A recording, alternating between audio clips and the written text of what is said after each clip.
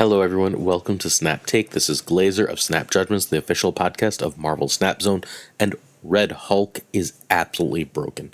We're going to talk a lot more about the card when we get to the Red Hulk specific deck. We've got a Red Hulk deck, a Zemo deck, and of course, a deck for you that has neither. We also are going to break down the most recent bundle in some really solid detail that I think is going to be really helpful in determining whether you should buy it. But first, we have giveaway winners. Tal Draken, congratulations, you have won a season pass. Please hit me up at snapjudgmentspodcast@gmail.com to claim your season pass. And Robert Wilkie, congrats to Wilkie, gets the last PAX code. Again, please shoot me an email in order to claim your PAX code. This is for that exclusive Captain America card back. Excuse me if you can hear like wind or ambulances or fire trucks in the background. There is a giant, unbelievably windy rainstorm happening right now around me, and it's going to lead to a little bit of hecticness with this video. Our Twitter winners for the Twitter giveaway are, I don't believe it, but hey, Savage Yeti won. Our friend Savage Yeti won. We also have Lance Edsel, Duck Win. I believe I pronounced that right. Let me know. PB Vela and Nafis. 3 of these people have already claimed their prize. I just DM you on Twitter if you won. So check your Twitter DMs if you're one of these people, please. All right, our first deck is Bohe, my friend over at Marvel Snap Zone. Brilliant deck builder. Some of the best deck guides in the business. Bohe's Iron Patriot Surfer. This is a really, really cool take on the build. It fundamentally combines sort of the original Iron Patriot stuff with a lot of what Cozy was doing with the deck, and then adds its own twist with Mockingbird. It's just a really, really strong, really cool deck. I played it for a couple games to get a feel for it, and I love it. I think it's genuinely great. It's got the obvious game plan of like Brood, Absorbment, make it big with Patriot and Surfer, and wish your opponent good luck in stopping you. It can also throw a Mockingbird down in many of those games for just a silly amount of power. It can, however, also get early priority with its cards like Sinister and Brood. And then play those cards into Supergiant. Play Supergiant into Absorbment and either Alive or Doom and put cards all over the board. It's crazy strong. You can find Bohe's stream at twitch.tv/Bohemnida. Supergiant, Mockingbird, and Lithe are unfortunately irreplaceable for this deck. You can try Iron Man for Mockingbird, but it's worse largely because Mockingbird often gets so cheap with this. Iron Lad can be Shang-Chi. You actually lose a lot less with that than one might think. Shang-Chi is really great in the meta right now. All right, so in 124 games, this is a 65% win rate. Bohe used this to go 4-1 in the Snap Judgments League, and used this to get Infinite and then post Infinite last season. Turn 1, America. Turn 2 is usually a pass if you don't have a full combo, but once in a while it is, it is Mr. Sinister. Turn 3, Brood is your priority. That's better than Sinister, which is usually better than Patriot. You would really like to Absorbing Man that Brood or Sinister. If you played Patriot, you really hope you saw Supergiant and played that Sinister on too. You'll happily play Supergiant to set up one of your 2 combos, or you can drop your Iron Lad.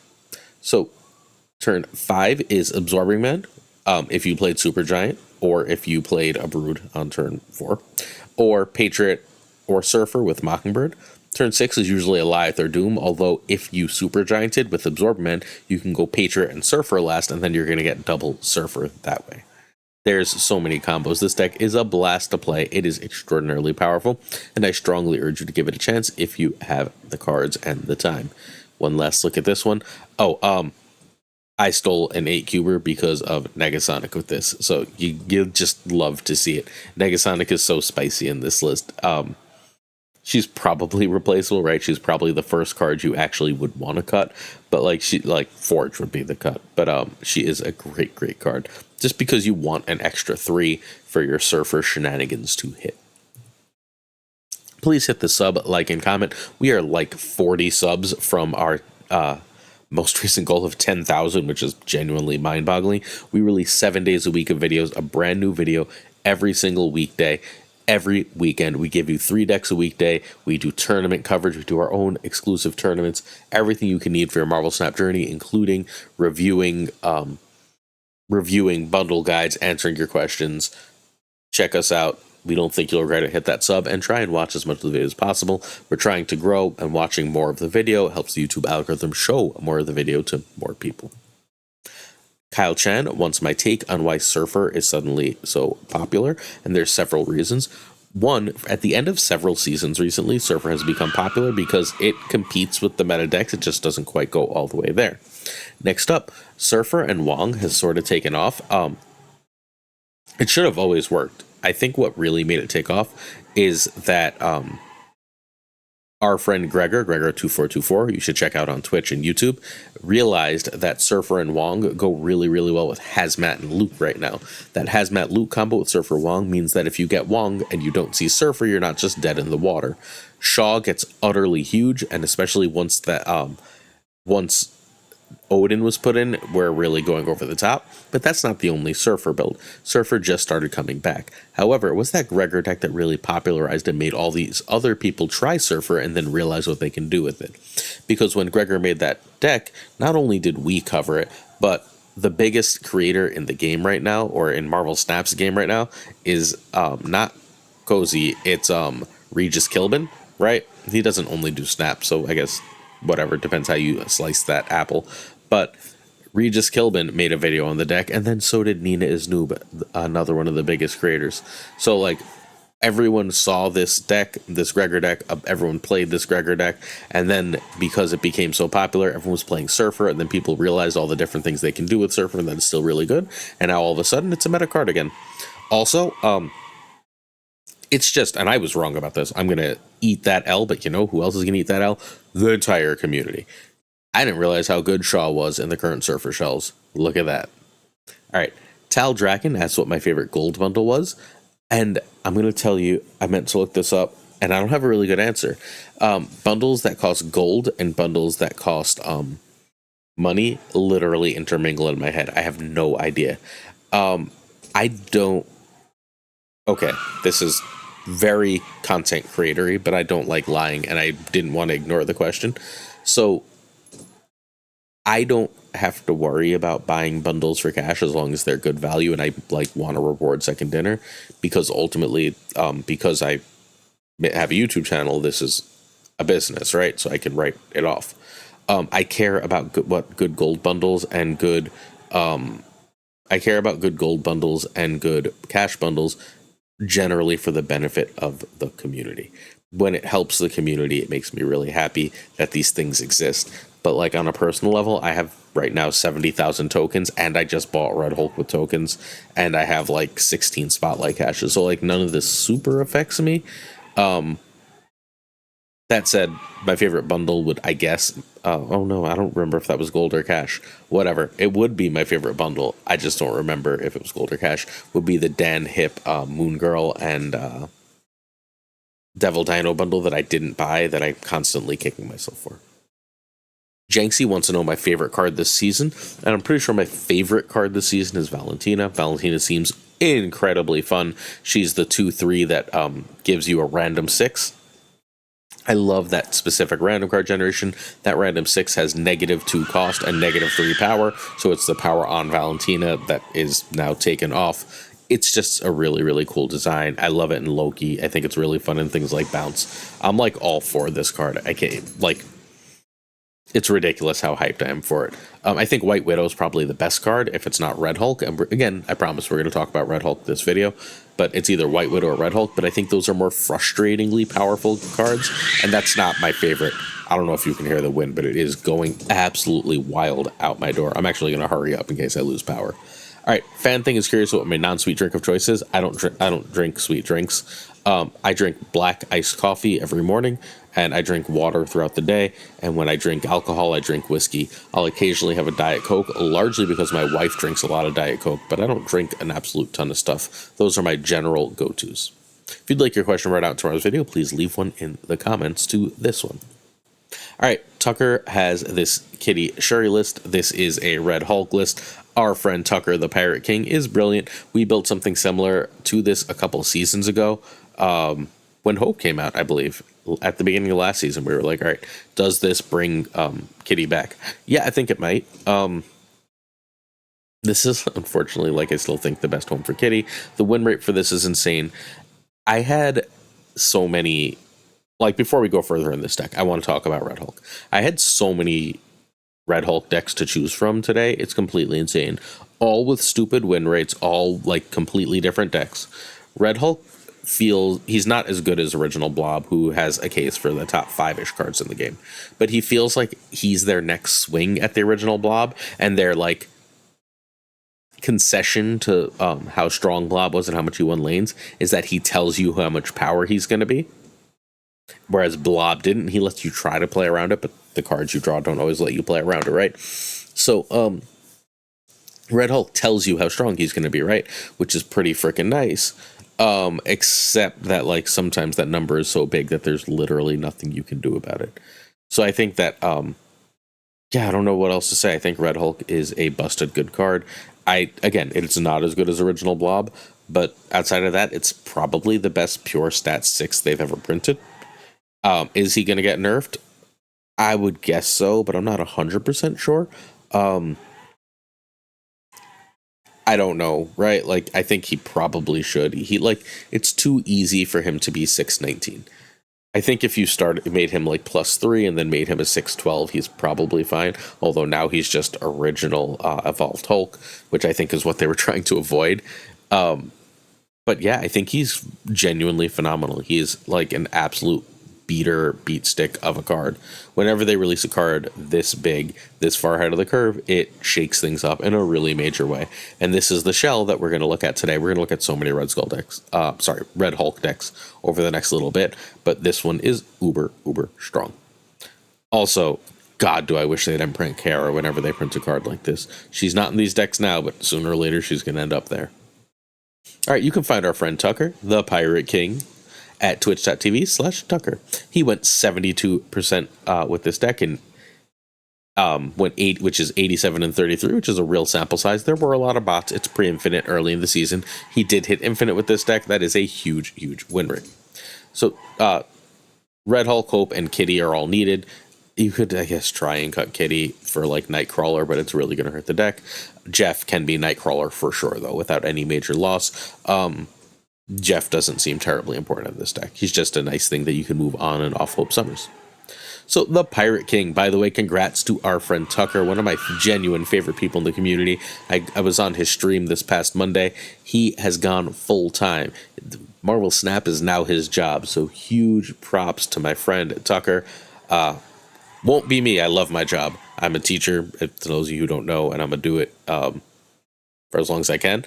But Tuck, living his dream out like everyone should. Turn 1, Kitty over America as a general rule, depending on what's still in your deck. I like to get my Kitty going. Turn 2, Armor over Kitty over Jeff. Although if you're going to curve out, America first is better, right? Turn 3, Hope is better than Wave, is better than Kitty in a 2. Turn 4 is Shuri if you have it. That's better than Kitty as a general rule on Hope. This is where you're like going to go Kitty and Jeff on Armor, on Hope, if you can. If you waived, you're going to drop Red Hulk or Magneto here. Cool. Next turn, if you Shuried, you're going to drop Red Hulk, Magneto, Red Skull, or Vision. On that Shuried, you're going to have to read the board and figure it out, unfortunately. If you played Red Hulk or Magneto already, you're going to Taskmaster them. Turn 6 is Taskmaster and Kitty. But if you already did like Red Hulk, Taskmaster, now you're going to drop your next 6. It's going to be Magneto or Red Hulk, as the case may be. Simple enough. Really straightforward. Insane power. So just realize that if Red Hulk has 1 missed energy by the time you play it, that's a 15. If you have Shuried that, enjoy your cubes. This is an incredibly powerful card, an incredibly powerful deck. You have my full blessing to go get Red Hulk. Again, if they nerf it, sorry. I don't know how to help you for that kind of thing. That's how Marvel Snap works. But I think Red Hulk is a meta card and will remain so for the foreseeable future for at least a month or so. All right, we've got our artist showcase for In-Hyuk Lee. I hope I said that remotely respectfully. I did my best. It is a Ghost Rider and a Black Cat. I think both these variants are pretty cool, but they gave us, I have like plenty of good Ghost Riders and plenty of good Black Cats, so I don't super need them. I tend to judge these based on progression value, and I think for $100 this is fairly bad progression value. My cat's about to join us, by the way. 3,000 collector's tokens is nice, right? And 2 spotlight keys. What they want us to think, the math they seem to be doing, is that a spotlight key is about 6,000 credits. That's not accurate, because as you open caches with credits, you get all this other value. It turns out a spotlight key is about like 3,600 credits, according to the math from our friend Carolus. So that's let's say 7,200 credits, right? For 2 spotlight keys, 7,200 credits and 3,000 tokens. That's a really bad $100 gold value. They usually give us literally significantly more. You can see in the top right corner where it says progress, right? The progress value on $100 gold bundles are usually something well over 200%, like 198, 199 on the low end. That this is so significantly lower, even counting cosmetics, it only gets that, means that this is a bundle I cannot urge you to buy.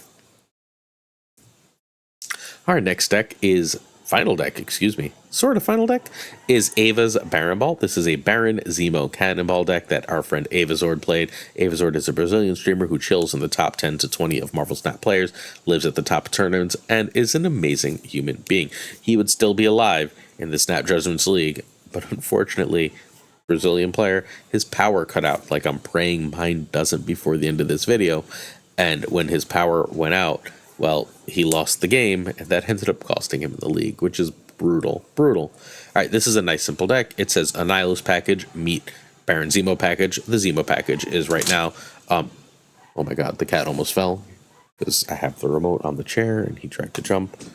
Sorry, you okay, bud? Oh boy. Sorry. He's gonna bite me, because he almost fell. The look is not happy. Okay. Excuse me. The package is basically Cable Zemo Gladiator. If you are getting Baron Zemo, if you like Baron Zemo, that is the package. So I don't know if I'd buy him if I didn't have Gladiator, except for, well, you'll see in 2 minutes.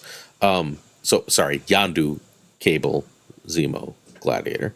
And these decks often run Spider-Ham, since they're saying you can't draw, they're trying to invalidate one of your draws in the process. Simple. This one has the extra benefit, again, of the Annihilus package in combination with that. And because it has the Annihilus package, it runs Zabu, because now it can also throw a Shang-Chi and Absorbing Man in there. And Cannonball's just phenomenal. Cannonball is like an alternate Shang-Chi to end games that people do not play around and can steal cubes. Sorry, let's again talk Zemo before we go to card replacement stuff. I think Zemo is the epitome of a nice, fun card that's good but not great. A lot of creators seem to like him more than me because they're having a really good time playing the card. It's a card you don't really want to play on 3, unfortunately, and you almost certainly want to play Gladiator before if you're going to play both in one game. That makes it a little awkward to play. Sometimes you're going to Yondu and Cable and realize that you can't really Zemo, that Zemo's going to hit something that's going to mess you up. It's a complicated card to play. It's much harder to play than it looks. I don't love it. That's my basic early take. Well, I'll think about this more and obviously update you as we go. Do love Cannibal, though. All right, twitch.tv/AvaZord. Check our friend Ava out. This needs Zemo, Annihilus, and Gladiator. Cannonball can be Arrow. You lose a fair amount, but like you'll be okay. You just have to learn different play patterns. You can also try Magneto in that spot just fine. All right, 21 and 11 for 66%. Turn 1 is Yondu or Hood over Ham. If you already have Annihilus in hand, make it a Hood. If you already know that you want to Zemo, make it a Yondu. Turn 2, Zabu over Cable. Turn 3, Gladiator over Zemo as a general rule. Again, if you're going to play both in a game, you'd like Gladiator to go first, because if you Zemo first, you're probably taking away a Gladiator target, which makes Gladiator more dangerous. Turn 4, Sentry if you have Annihilus or Zemo in a 1, or Gladiator in 1 as the case may be. Turn 5, Annihilus if you played Sentry, or Absorbing Man, and what you can if you played Zemo. And then you end with Shang or Cannonball. Cool. We're going to look at this deck one last time, and then we've got a bonus deck from Ava with a 79% win rate. Yup, I didn't want to feature this deck. Well, I like to give these like little surprise decks at the end for people who watch the whole video once in a while. I'm trying to do extra giveaways at the end of videos for people who watch the whole video, so don't tell if you're these people. I mean, I guess you can tell. I'm trying to get people to watch longer. But, yeah, this deck's deck guide would basically be the same thing as yesterday's AoE deck. It's not the same deck. It's a very different deck.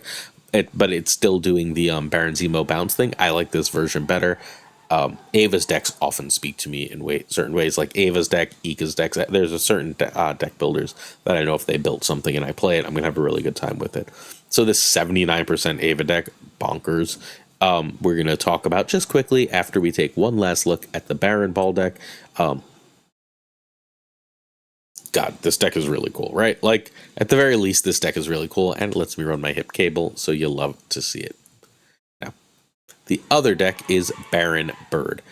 Please note, this deck doesn't do shenanigans with Zemo. It is not a Zemo mill deck, like yesterday's was. Instead, it's just saying, I'm going to play Werewolf and win off Werewolf. Zemo is a nice way to make Mockingbird cheaper. And that's kind of all it's here for. Occasionally you'll have a demon from Nico.